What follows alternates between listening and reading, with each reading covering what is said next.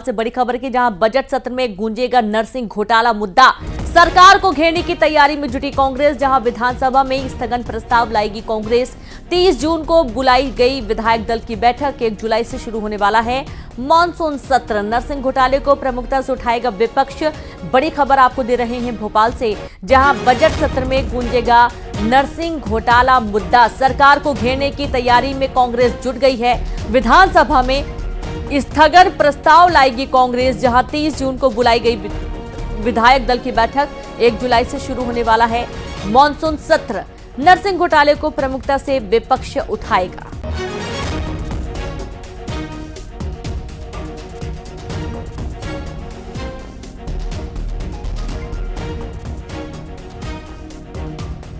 तो जल जीवन मिशन को लेकर भी बातचीत हो सकती है। बजट सत्र में नरसिंह घोटाला मामला उठ सकता है। 1 जुलाई से शुरू होने वाला है सत्र और नरसिंह घोटाले को लेकर प्रमुखता से विपक्ष मुद्दा उठाने की तैयारी कर रहा है। और चलिए सीधे रुक करेंगे, संवाददाता वासु चौरे जुड़ गए हैं। वासु, बजट सत्र की शुरुआत होने वाली 1 जुलाई से। बिल्कुल, देखिए बजट सत्र 1 जुलाई से शुरू हो जाएगा। मोहन यादव सरकार का ये बजट सत्र बेहद हंगामेदार रहने वाला है, क्योंकि विपक्ष ने कई मुद्दों पर सरकार को घेरने की रणनीति बनाई है और इस बार विपक्ष ने यानी कि नेता प्रतिपक्ष ने अपने विधायकों को साफ तौर पर निर्देश दिए हैं कि आप अपने क्षेत्रों के मुद्दे लेकर आएं और उसके साथ साथ तथ्य और सबूत भी लेकर आएं।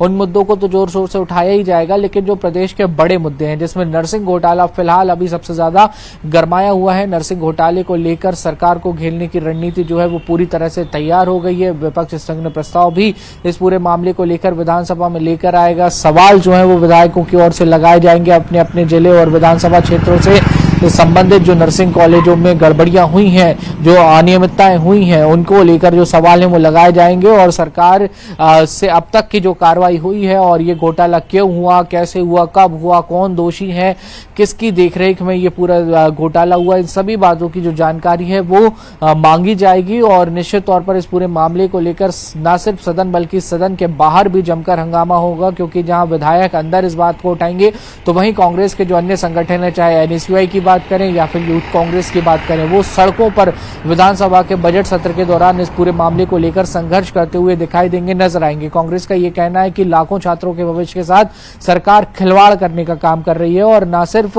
छात्रों के भविष्य बल्कि नर्सिंग एक ऐसा विषय होता है जो सीधे लोगों के स्वास्थ्य से भी जुड़ा होता है। तो अगर फर्जी डिग्रियां बढ़ती रहेंगी तो लोगों के स्वास्थ्य से भी आने वाले समय में जो खिलवाड़ है वो होगा। तो इस पूरे मुद्दे पर मध्य प्रदेश की सियासत पहले ही गरमाई हुई है और बजट सत्र में भी इसका असर जो है वो देखने को मिलेगा। जल जीवन मिशन में हुई गड़बड़ियों को लेकर भी कांग्रेस घेरने की तैयारी करेगी। इसके अलावा बेरोजगारी एक बड़ा मुद्दा है, महंगाई बड़ा मुद्दा है। बीजेपी ने जिन वादों को प्रमुखता से किया था और वो सत्ता में आई थी, उनका मुद्दा भी उठाया जाएगा। 450 रुपए का गैस सिलेंडर, 3100 रुपए धान के, 2700 रुपए गेहूं के और 3000 रुपए लाडली बहना को जो राशि है जो बढ़ाने की बात कही गई थी। ये तमाम मुद्दे हैं वासु, तमाम जानकारी के लिए। तो इस तरीके से बजट सत्र के दौरान लगातार कई मुद्दों को लेकर बातचीत होगी। वासु, आप लगातार जुड़े रहिए। भोपाल से खबर है जहां भारतीय नागरिकता का मिलेगा प्रमाण पत्र। जी हां, पहले 3 आवेदकों को मिलेगा प्रमाण पत्र। 3 आवेदकों को सीएम डॉक्टर मोहन यादव प्रमाण पत्र देंगे। मंत्रालय में दोपहर सौंपे जाएंगे नागरिकता प्रमाण पत्र। खबर भोपाल से है जहां पर भारतीय नागरिकता का प्रमाण पत्र दिया जाएगा और पहले 3 आवेदकों को ये प्रमाण पत्र दिया जाना है। तीनों आवेदकों को सीएम डॉक्टर मोहन यादव खुद ये प्रमाण पत्र देंगे।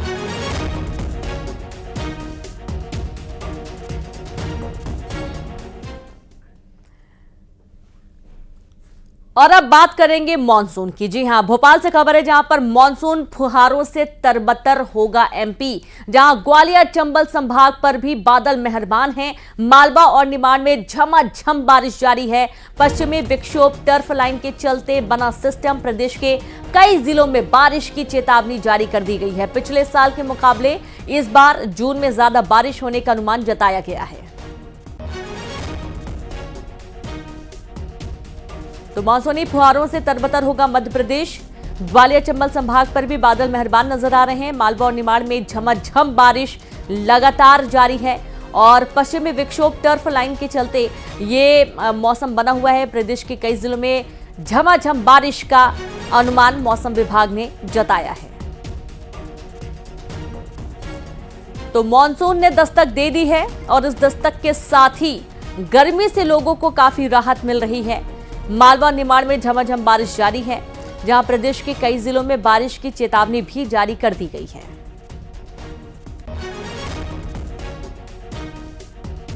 और चलिए एक बार फिर से सीधे रुख करेंगे बासु का। बासु, झमाझम बारिश के आसार, कई जगहों पर अभी भी बारिश हो रही है। निश्चित तौर पर देखिए मध्य प्रदेश में मानसून जो है वो सक्रिय हो गया है और कई जिलों में लगातार जो बारिश है वो हो रही है। आंधी तूफान चल रहा है, बिजली गिरने और बिजली चमकने की जो खबरें हैं वो लगातार सामने आ रही हैं। कई सारे सिस्टम बन रहे हैं जिसके चलते पूरे मध्य प्रदेश में अब रेनफॉल देखने को मिलेगा। खासतौर पर जो चक्रवाती सिस्टम बन रहे हैं, जो कम दबाव के क्षेत्र बन रहे हैं, वो प्रदेश में आने वाले समय में अच्छी बारिश करवा सकते हैं। अब तक ग्वालियर चंबल का इलाका और बुंदेलखंड का कुछ इलाका जो बारिश से अछूता रहा था, अब ये बताया जा रहा है कि वहां पर भी अच्छी खासी जो बारिश है वो देखने को मिलेगी। अब तक मालवा और निमाड़ क्षेत्र जो है मध्य प्रदेश का, वहां पर अच्छी बारिश जो है वो हुई है और आने वाले समय में भी वहां ये क्रम जारी रहेगा। अगर राजधानी भोपाल की बात करें तो कल देर रात जमकर बारिश हुई और लगातार ये सिलसिला सुबह तक भी जारी रहा है। हालांकि फिलहाल जो सिस्टम है उसमें ऐसा देखने में आ रहा है कि बारिश होती है लेकिन बारिश के बाद धूप खिलाती है। इसके चलते उमस काफी पड़ रही है और लोगों को उमस से दो चार होना पड़ रहा है। पिछले जून के मुकाबले अगर इस साल को कंपेयर करें तो बारिश भी ज्यादा हुई है और तपन भी ज्यादा रही है। अगर हाईएस्ट टेम्परेचर में देखें तो 1 से 1.5 डिग्री तक का जो अंतर है वो कहीं ना कहीं नजर आ रहा है। लेकिन आने वाले समय में जो है वो अब बारिश होगी और 3 से 4 दिनों तक कई जिलों में बारिश का जो अलर्ट है वो जारी किया गया है। लिहाजा मौसम विभाग ने लोगों से भी अपील की है कि अब आप जब अपने घरों से बाहर निकले तो थोड़ी सी तैयारी से निकले, अगर रास्ते में बारिश आ जाए तो बारिश से बचा जा सके। जी बिल्कुल, बहुत शुक्रिया आपका वासु तमाम जानकारी के लिए। तो इस तरीके से तमाम जो एहतियात है वो भी बरतने की सख्त जरूरत है। भिंड में सुबह तेज बारिश हुई है। बारिश के चलते शहर तरबतर हो गया। पिछले कई दिनों से लोगों का गर्मी से हाल बेहाल था और करीब 2 घंटे हुई बारिश के बाद लोगों ने राहत की सांस ली है। तो भिंड में जोरदार बारिश हुई है, तापमान में गिरावट देखी गई है, लोगों को गर्मी से निजात मिली है। जिस तरीके की भीषण गर्मी पड़ रही थी उसके बाद लोगों का जीना मुश्किल था, लेकिन अब बारिश होने के बाद लोगों ने राहत की सांस ली है।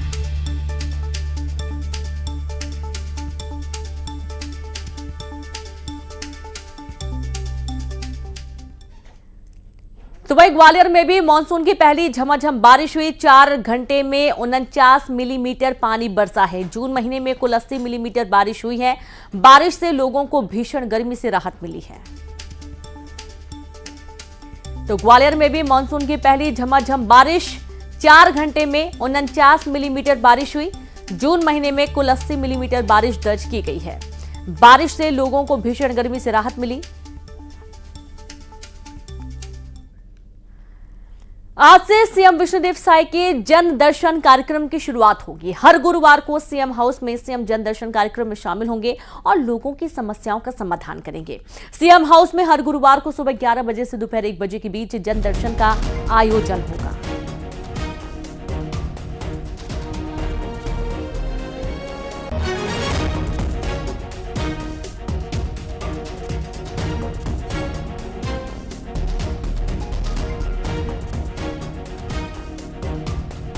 और चलिए सीधे रुख करेंगे, संवाददाता तनु जुड़ गए। तनु, आज से जन दर्शन कार्यक्रम की शुरुआत हो रही है सीएम की।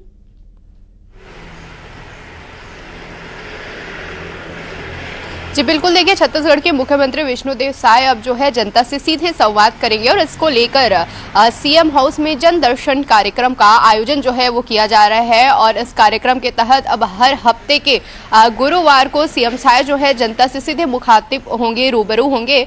वहीं इसका समय जो है सीएम हाउस में 11 बजे से 1 बजे तक इस कार्यक्रम को जो है आयोजित किया जाना है। और इस कार्यक्रम के माध्यम से आम जनता अब अपनी समस्याओं को जो है सीएम हाउस को, सीएम साय को जो है वो सीधे बता सकते हैं। इसके साथ ही सीएम साय जो है आम जनता की समस्या तो सुनेंगे ही, साथ ही वहीं पे उनका जो है समस्याओं का निराकरण भी जो है करेंगे। इसके साथ ही सरकार की योजनाओं के क्रियान्वयन की जानकारी भी सीएम साय जो है आम जनता से लेंगे, ताकि योजनाओं को और बेहतर ढंग से जो है वो चलाया जा सके। इसके अलावा जिन आम जनता को जो भी परेशानी रहेगी, इसको लेकर एक एप्लीकेशन फॉर्म जो है वो सीएम हाउस में लेके जाना, जिसके बाद जो कुछ भी समस्याएं हैं उसको लेकर उसकी पूरी दस्तावेज जो है वो सीएम हाउस लेकर जाएंगे, जिसके बाद सीएम साय उनकी उनकी परेशानियां सुनेंगे और उसके बाद उसका निराकरण करेंगे। इसके लिए तमाम अधिकारियों को आवश्यक दिशा निर्देश भी जो है वो दिए जा चुके हैं। खास तैयारी भी सीएम हाउस में पूरी तरह से की जा चुकी है और इस पूरे कार्यक्रम को लेकर सीएम साय का कहना है कि आम जनता का मन होता है कि वो सीधे मुख्यमंत्री से मुखातिब हो, उनसे अपनी समस्याएं जो है उनको बताएं और उनका निराकरण भी वो उनसे पाए, और सभी मुद्दों को ध्यान में रखते हुए ये कार्यक्रम का आयोजन जो है वो किया जा रहा है। जी बहुत शुक्रिया आपका तनु तमाम जानकारी के लिए। तो इस तरीके से जो कार्यक्रम का आयोजन है ये आम जन के लिए है। और चलिए अब आगे बढ़ेंगे, जहां सूरजपुर में बाइक और टैंकर में जोरदार भिड़ंत हो गई है। बाइक सवार 2 युवकों की मौत हो गई है, जिसमें एक युवक की घटनास्थल पर ही मौत हो गई, दूसरे को इलाज के लिए अस्पताल ले जाया जा रहा था और रास्ते में उसने दम तोड़ दिया है। अंबिकापुर बनारस मार्ग के दुर्ती के पास ये हादसा हुआ है। बड़ी खबर आपको दे रहे हैं सूरजपुर से, जहां बाइक और टैंकर में जोरदार भिड़ंत हुई। बाइक सवार 2 युवकों की मौत हो गई है, जहां एक की मौके पर मौत हुई है, दूसरे की इलाज के लिए ले जाते समय रास्ते में ही मौत हो गई। अंबिकापुर बनारस मार्ग के दुर्ती के पास यह हादसा हुआ है।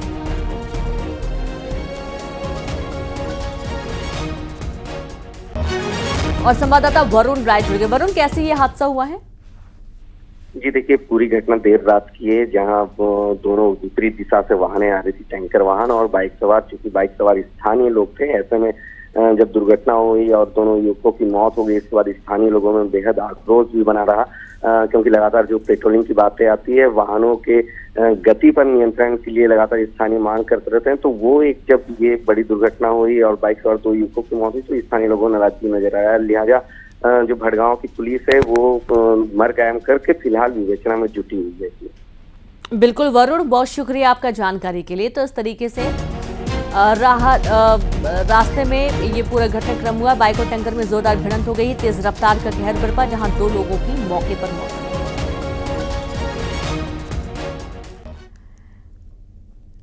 और अब बात करेंगे हाथियों के उत्पात की। सूरजपुर में हाथी के उत्पात से प्रभावित क्षेत्र के कई स्कूलों के छात्र, शिक्षक और अभिभावक परेशान हैं। स्कूल में बाउंड्री वॉल और फेंसिंग की कमी है। आए दिन हाथियों की मौजूदगी से स्कूल प्रबंधन दहशत में रहता है। शाला प्रवेश उत्सव के साथ ही इन स्कूलों में सुरक्षा फिर एक बड़ी चुनौती बन गई है। 2 तरह की तैयारी होती है। पहला चीज़ तो जैसे हम लोगों को सूचना मिलती है तो हम लोग वन विभाग से सतत संपर्क करके बच्चों को अलर्ट रखते हैं, गार्जियन को अलर्ट रखते हैं। ज़रूरत पड़ता है तो स्कूल को हम लोग बंद भी करना पड़ता है, कभी कभी ऐसी स्थिति आ जाती है।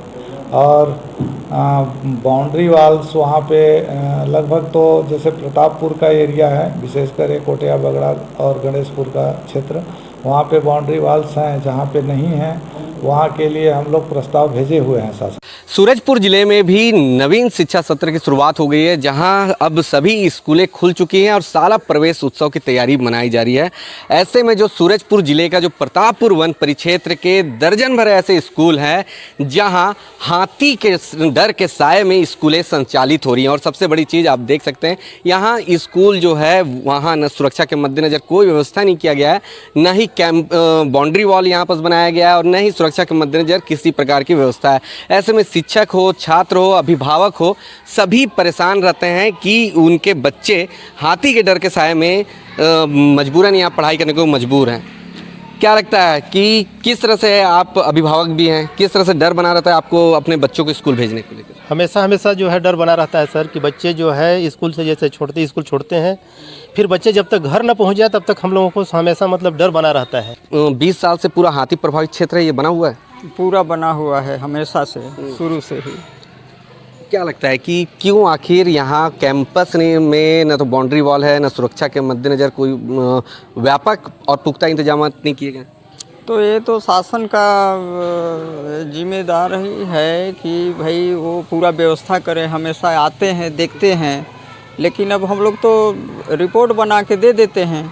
अब उनके ऊपर है वो दें या ना दें, अब हम क्या करें, हम अपना जिम्मेदारी निभा रहे हैं। कैसे सुरक्षित कैसे रखते हैं बच्चों को? सुरक्षित अब बच्चे को हमेशा जब जान जाते हैं कि नहीं अभी जो है हाथी आ गए हैं अगल बगल में, तो बच्चे लोगों के उनके अभिभावकों को सतर्क कर देते हैं कि भाई देखो अपने अपने बच्चों को, हम लोग तो यहाँ स्कूल में है, उनको लेने भी आओ। 20 साल से ऊपर हो गया है। मतलब हाथी विचरण क्षेत्र है आप लोग का पूरा क्षेत्र? हमेशा दबदबा बना रहता है यहाँ के गांव के लोगों को भी, पढ़ने लिखने में बच्चों को भी सबको दबदबा बना रहता है। सुरक्षा के इंतजामात अभी तक नहीं किए गए। ऐसे में कौन जिम्मेदार स्कूलों के बच्चों को सुरक्षित रहने के लिए अपनी जिम्मेदारी निभाता है, यह तो आने वाला वक्त बताएगा। वरुण राय, न्यूज़ 18 सूरजपुर। तो वहीं ग्वालियर में 27 पटवारी को नोटिस जारी किया गया है। दरअसल राजस्व कार्यों में देरी के चलते पटवारियों को नोटिस जारी किया गया है। कलेक्टर रुचिका सिंह चौहान ने नोटिस जारी किया है। सीमांकन नामांतरण में देरी पर जवाब मांगा गया। बड़ी खबर आपको दे रहे हैं ग्वालियर से, जहां पर 27 पटवारी को नोटिस जारी किया गया है। राजस्व कार्यों में देरी के चलते पटवारियों को नोटिस जारी किया गया। कलेक्टर रुचिका सिंह चौहान ने जारी किया नोटिस। सीमांकन नामांतरण में देरी पर जवाब मांगा गया।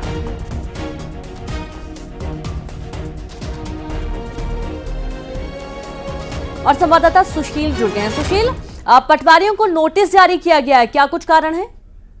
बिल्कुल, देखिए, साइबर तहसील प्रोजेक्ट के तहत कल एक बैठक थी बुधवार को, जिसमें कलेक्ट्रेट ने बैठक ली थी। इस बैठक में राजस्व कार्यों की समीक्षा की गई थी। उसमें देखा गया था कि साइबर तहसील प्रोजेक्ट शुरू होने के बावजूद भी पटवारी काम में देरी कर रहे हैं, लापरवाही कर रहे हैं। और कलेक्टर ने पाया कि कई पटवारी हैं जिन्होंने सीमांकन, नामांतरण, बटांकन सहित अन्य जो राजस्व काम है उनमें लगातार देरी की है, जबकि 10 दिन के अंदर इन कामों को पूरा करना था। और यही वजह है कि ऐसे पटवारी जो लगातार लोगों के कामों में देरी कर रहे थे, उन पटवारियों के खिलाफ सख्त कार्रवाई की है। 27 पटवारियों को कलेक्टर ने देर शाम नोटिस जारी किए, रुचिका सिंह चौहान ने, और इनसे देरी होने का कारण पूछा है। साथ ही जवाब संतोषजनक न होने पर इन पटवारियों के खिलाफ कार्रवाई भी की जाएगी। साथ ही अन्य लोगों को भी इस तरह से चेतावनी दी गई है कि जो राजस्व के कार्य है, जनता के कार्य है, उनमें किसी तरह की लेट लतीफी, देरी ना करें, क्योंकि अब साइबर का जमाना है तो तत्काल काम जनता को होना चाहिए। वो पूरा दौर बीत चुका है। यही वजह है कि अब इन पटवारियों से जवाब तलब किया गया है और जवाब संतोषजनक ना होने पर उन लोगों के खिलाफ कार्रवाई भी की जाएगी। साथ ही जो जमीन अधिग्रहण के रिकॉर्ड खंगाल कर देखने के और तत्काल रिपोर्ट पेश करने के लिए भी कलेक्टर ने इन पटवारियों को कहा है। शुक्रिया आपका जानकारी के लिए सुशील। कोरबा में मारपीट के 8 आरोपी गिरफ्तार किए गए। अटल आवास में 2 पक्षों में जमकर मारपीट हो गई थी। कई आरोपियों की तलाश अभी भी जारी है। राशन लेने को लेकर विवाद हुआ था और इसी विवाद के चलते 2 पक्ष आपस में भिड़ गए, जमकर मारपीट हुई है। मारपीट के 8 आरोपियों को पुलिस ने गिरफ्तार कर लिया है। बड़ी खबर आपको दे रहे हैं कोरबा से।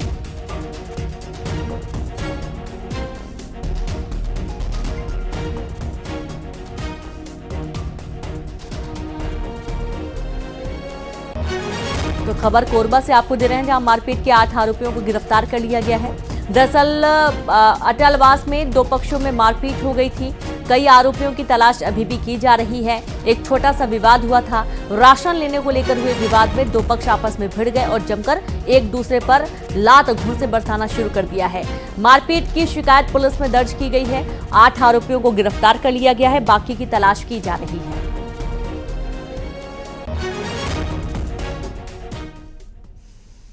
T20 वर्ल्ड कप के फाइनल में साउथ अफ्रीका सेमीफाइनल में अफगानिस्तान को हराया। अफगानिस्तान ने 57 रनों का टारगेट दिया था। 9वें ओवर में साउथ अफ्रीका ने मैच जीता है। बड़ी खबर आपको दे रहे हैं, T20 वर्ल्ड कप के फाइनल में साउथ अफ्रीका पहुंच चुका है। सेमीफाइनल में अफगानिस्तान को हरा दिया गया। अफगानिस्तान ने 57 रनों का टारगेट दिया था। 9वें ओवर में साउथ अफ्रीका ने जीता मैच।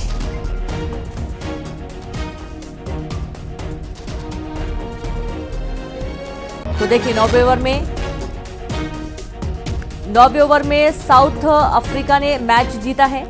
और T20 वर्ल्ड कप का ये बड़ा अपडेट, जहां फाइनल में साउथ अफ्रीका पहुंच चुकी है। सेमीफाइनल में अफगानिस्तान को इसने हरा दिया है। एक तरीके से देखें तो अफगानिस्तान का क्लीन स्वीप अफगानिस्तान हर तरीके से हार चुकी है। अफगानिस्तान ने 57 रनों का टारगेट दिया था और 9वें ओवर में साउथ अफ्रीका ने मैच जीत लिया है।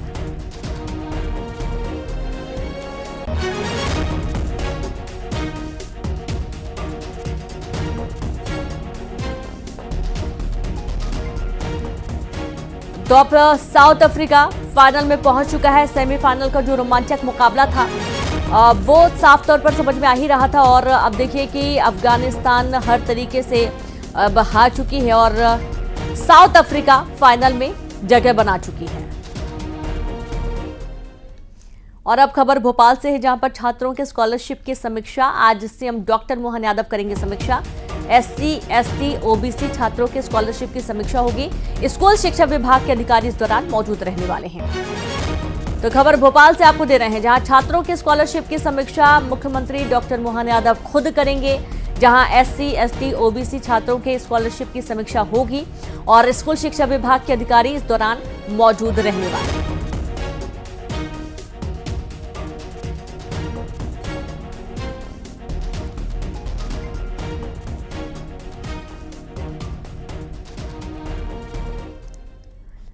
और चलिए अब देखेंगे 20 बड़ी खबरें तेज अंदाज में।